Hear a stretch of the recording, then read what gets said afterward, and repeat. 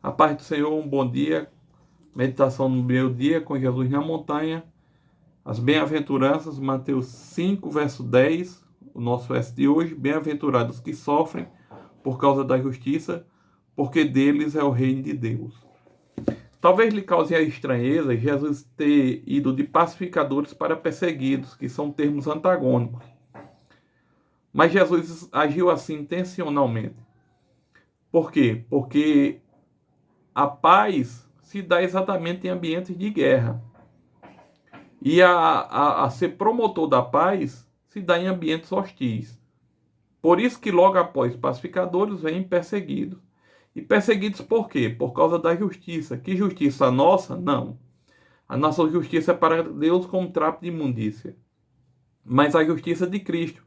E qual justiça é essa? É aquele que diante o tribunal de Deus, ele nos declarou justo pelo seu sacrifício. Então está se relacionando ao fato de sermos salvos, justificados por Cristo. A Bíblia diz: justificados por Cristo temos paz com Deus. Então o fato de sermos perseguidos aqui não está relacionado com os nossos atos. Por exemplo, nós fazemos uma coisa errada e alguém vir contra nós. Não, aí estamos colhendo o que plantamos. A perseguição aqui se dá no fato da pessoa identificar em nós Cristo, a salvação de Cristo, os frutos de salvo, a vida de salvo, a fala de um salvo, o comportamento de um salvo, e isso incomodar a pessoa, e esse ser o motivo de vir a perseguição. Não está falando aqui de autoflagelamento, nem de colhermos alguma coisa má que plantamos, mas de identificarem que nós somos de Cristo, e por sermos de Cristo, nós padecermos perseguições. A Bíblia diz que Antioquia, lá em Atos, em Antioquia, foi o primeiro lugar onde os seguidores de Cristo foram chamados de cristãos. Aquela comunidade transparecia Cristo. As pessoas viam que elas eram de Cristo e assim lhe chamaram de cristãos. Meus queridos ouvintes, a perseguição por causa da justiça ela não é uma novidade. Desde o Velho Testamento, Jeremias foi lançado numa cisterna por causa da justiça de Deus. Ele era pregoeiro da justiça. O nosso Cristo foi feito sacrifício pela justiça. Sofreu terrivelmente. O que nós podemos dizer de Paulo, quando em 2 Coríntios ele descreve seu sofrimento, naufrágios, açoites, apedrejamento. Certa vez apedrejaram Paulo por sua pregação da justiça e por ele viver a justiça de Deus, viver Cristo, que os discípulos achavam que ele estava morto, que ele estava morto. Ele foi açoitado com varas lá em Filipos, foi preso num calabouço, viveu como prisioneiro durante 2 vezes. E os últimos dias da sua vida foi numa masmorra romana, sendo decapitado. Que não dizer de todos os discípulos de Cristo, só João teve morte natural, mas mesmo assim foi aprisionado na ilha de Patmos, uma ilha de trabalho escravo a 75 quilômetros além mar, a leste de Éfeso. Ele foi levado ali para morrer. Não morreu porque Deus tinha um plano de lhe revelar o Apocalipse. Mas eles sofreram por causa da justiça. Depois deles vieram os pais da igreja, como Inácio de Antioquia, quando o imperador disse que nenhum cristão deveria ser morto na sua província, deveria ser levado a Roma para ser feito espetáculo no Coliseu, servindo a sua carne para que o imperador servisse a carne dos santos, às feras, aos leões. Inácio disse: eu peço a vocês que não se apiedem de mim, porque eu serei oferecido como sacrifício.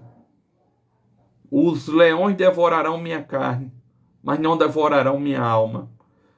Inácio, ele não estava ali tendo prazer no sofrimento. Ele estava tendo prazer em ser perseguido por causa da justiça. O que nós podemos dizer dos reformadores? John Hus foi queimado na fogueira. Martinho Lutero teve que viver escondido em um castelo de um amigo seu para não ser trucidado. todos aqueles que quiseram servir a Cristo. Se você ler o livro Torturados por Amor a Cristo, de Richard de Humbre, ele vai descrever as terríveis perseguições sofridas pelo cristão na época do comunismo, quando o mundo era bipolar, existia uma parte capitalista e outra comunista, as torturas, as mortes, as prisões, somente por ser cristão.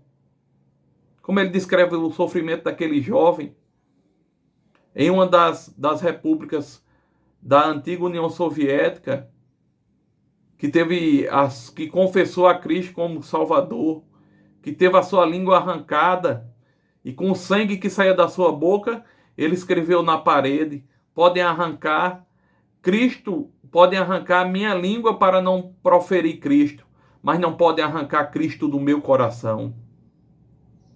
E nós hoje também sofremos perseguição. O tecido social moral está sendo rompido. Os valores judaico-cristãos, aqueles que professam os valores de Cristo, os valores da cruz, eles são perseguidos. Existe uma perseguição institucional.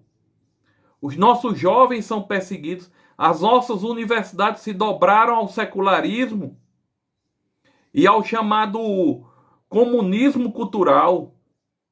O ateísmo é prática comum. Um jovem cristão dizer que é virgem, uma jovem cristã dizer que é virgem, ele vai ser motivo de zombaria, ou seja, a perseguição em nossos dias, ela se institucionalizou. Se você é um juiz, você vai viver em paz. Se você dizer que é um juiz crente, você será perseguido. Se você é um professor, você viverá em paz. Se você disser que é um professor crente, você será perseguido. Nós estamos sendo perseguidos. 1 Pedro, capítulo de número 1, a partir do verso 3, ele descreve a perseguição dos cristãos em todo o mundo, e essa perseguição está nos alcançando. Só não são perseguidos os agentes secretos do evangelho, aqueles que dizem que são cristãos, mas que não vivem como cristãos, que é onde trabalham, onde estudam, ocultam a sua fé. Mas o cristão genuíno, verdadeiro, a sua vida falará: eu sou cristão. E a perseguição virá como consequência. É inevitável. E qual deve ser a nossa atitude? De contentamento pela dor? Não. Mas contentamento pela perseguição por sermos cristãos. Sabe por quê? Porque a recompensa deles é o reino dos céus. Quantos mansos herdarão a terra? Aleluia. A consequência para nós, que somos perseguidos por amor a Deus, por sermos crentes, por causa da justiça, é que de nós é o reino de Deus. Talvez você hoje esteja vivendo o dia da perseguição por ser cristão, por ser crente. As pessoas te odeiam somente por isso. Glorifique a Deus. Porque a você pertence o reino dos céus. Todos nós temos uma história de perseguição por sermos cristãos. Não se envergonhe de ser cristão. Não seja um agente secreto do evangelho. Deixe que a luz de Deus irradie através de você. E se você está sendo perseguido por ser cristão, por ser crente, por causa da justiça, descanse, jubile, alegre, porque o reino dos céus a ti pertence. Que Deus te abençoe e te dê um dia de paz. Amém.